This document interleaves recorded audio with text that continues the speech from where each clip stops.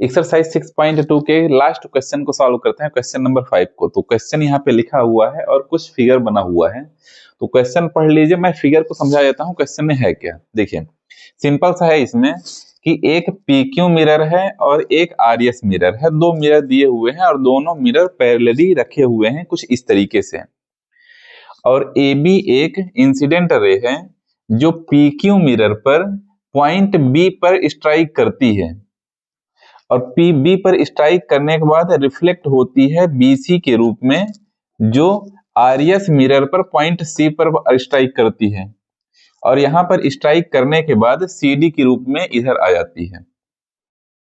तो हमें क्या प्रूफ करना है कि AB पैरेलल है CD के, सिर्फ इतना प्रूफ करना है। इतना प्रूफ करना है हमें कि AB CD के AB CD ये दोनों पैरेलल लाइन है।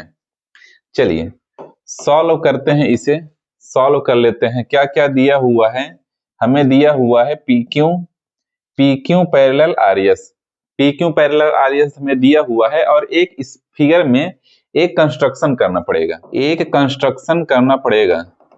क्या करना पड़ेगा? क्या करना पड़ेगा कि एक BX लाइन बनानी है, BX लाइन बनानी है जो PQ पर परपेंडिकुलर रहेगी, और यहां से CY लाइन बनानी है जो कि RS पर परपेंडिकुलर है।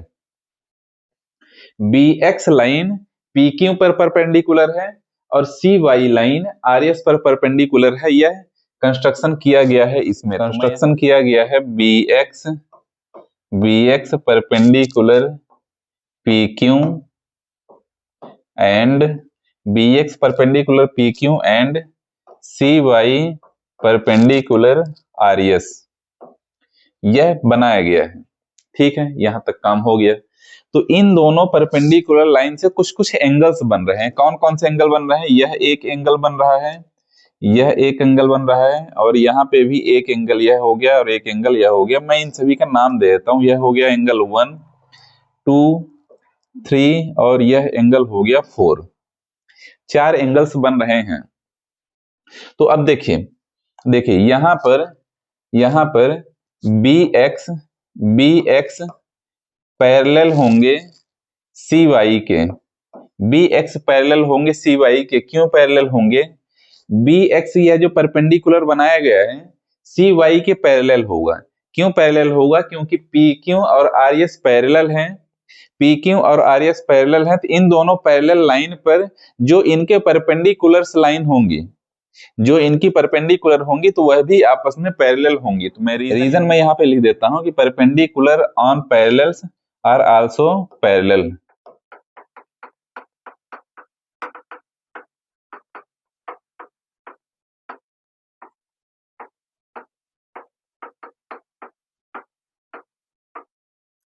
पैरेलल। तो अब देखिए, जब BX लाइन CY लाइन के पैरेलल है, BX और CY लाइन पैरेलल है और BC ट्रांसवर्सल लाइन है, जैसे ये लाइन इस लाइन के पैरेलल है और BC कुछ इस तरीके से है, तो ये BC लाइन ट्रांसवर्सल लाइन होगी। BC लाइन ट्रांसवर्सल लाइन होगी, तो एंगल 2 और एंगल 3 इक्वल हो जाएंगे।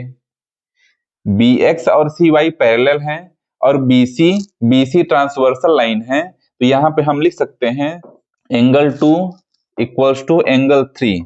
एंगल 2 और एंगल 3 दोनों इक्वल हो जाएंगे। क्यों इक्वल हो जाएंगे? Alternate interior angle, alternate interior angle से दोनों एंगल इक्वल हो जाएंगे। एंगल 2 और एंगल 3 दोनों इक्वल हो जाएंगे।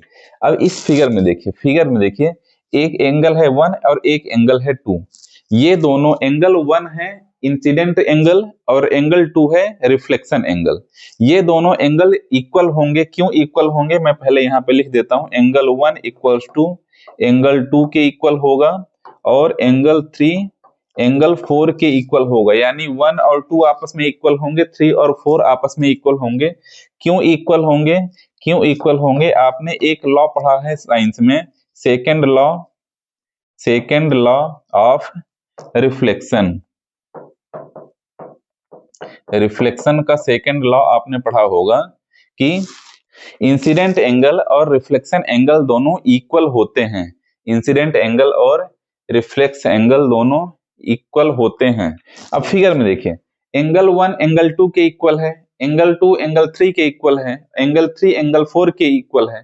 तो यहाँ पे मैं फाइनली लिख सकता हूँ angle 1 equals to angle 2 equals to angle 3 equals to angle 4।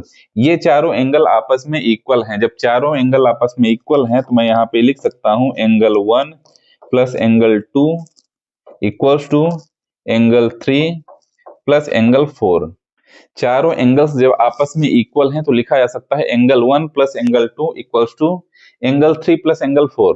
ये इन्हें इक्वल करने से हमें क्या मिलने वाला है? इनको इक्वल करने से हमें क्या मिलने वाला है? 1 और 2 दोनों को ऐड करने पर, दोनों एंगल को ऐड करने पर एक पूरा एंगल मिल रहा है, एंगल ए बी सी। तो यहाँ पे मैं लिख सकता हूँ angle A B C angle 1 plus angle 2 के स्थान पर। एंगल 3 और एंगल 4 दोनों को ऐड करने पर एंगल मिल रहा है पूरा angle B C D, angle B C D. 3 plus 4 की जगह पर लिख दिया गया एंगल बी सी डी। देखिए इस फिगर में, देखिए ये दोनों एंगल इक्वल हैं और दोनों एंगल है अल्टरनेट इंटीरियर एंगल। किसके? ए बी और सी डी लाइन में बी सी एक ट्रांसवर्सल लाइन है, ए बी और सी डी लाइन में बी सी एक ट्रांसवर्सल लाइन है और ये दोनों अल्टरनेट इंटीरियर एंगल हैं। तो जब अल्टरनेट इंटीरियर एंगल्स इक्वल हैं, तो ए बी और सी डी दोनों लाइन पैरेलल लाइन हो जाएंगे। यहाँ पे मैं लिख सकता हूं since alternate interior angles are equal, alternate interior angles equal हैं, therefore A B line C D line के पैरेलल होगी। और यही हमें प्रूव करना था। यह एंगल, दोनों एंगल अल्टरनेट इंटीरियर एंगल है और अल्टरनेट इंटीरियर एंगल क्या हो चुके हैं? इक्वल हो चुके हैं। तो ए बी और C D line parallel line हो जाएंगी। तो इसी क्वेश्चन के साथ एक्सरसाइज 6.2 के सारे क्वेश्चन सॉल्व हो जाते हैं और हम मिलते हैं अगले चैप्टर में।